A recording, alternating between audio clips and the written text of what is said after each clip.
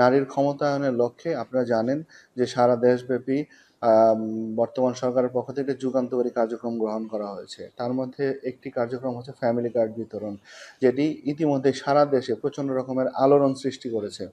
গতকালকে আমাদেরকে মন্ত্রিপরিষদ বিভাগ থেকে একটি নির্দেশনা দেওয়া হয়েছে যে বাংলাদেশের 14টি ওয়ার্ডে, বিভিন্ন জেলার 14টি ওয়ার্ডে এই ফ্যামিলি কার্ডের প্রাথমিক কার্যক্রম শুরু হতে যাচ্ছে। তার মধ্যে চট্টগ্রাম মহানগরীতে একটি ওয়ার্ড পতেঙ্গা, সেখানে আমাদের কার্যক্রম আমরা শুরু করতে যাচ্ছি।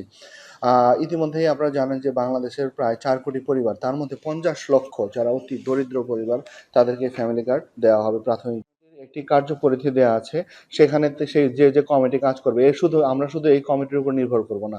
আমরা আমার সমস্ত কর্মকর্তাদের সাথে ইতিমধ্যে নির্দেশনা দিয়েছি যে এই পলিসিকে কিভাবে একটা নির্ভুল করা যায়। সেখানে আমরা প্রত্যেকটা স্টেপ বাই স্টেপ আমরা মনিটরিং করব, যাতে কোনো রকম সেখানে কোনো ভুল তথ্য না আসে, কেউ যেন বাদ না পড়ে যায়, কোনো অসহায় নারী যেন বাদ না পড়ে যায়। আমরা যেন প্রত্যেকটা নারীর যে ফ্যামিলি কার্ডের যে তার যে অধিকার, সেটা আমরা নিশ্চিত করতে পারি ভাবে।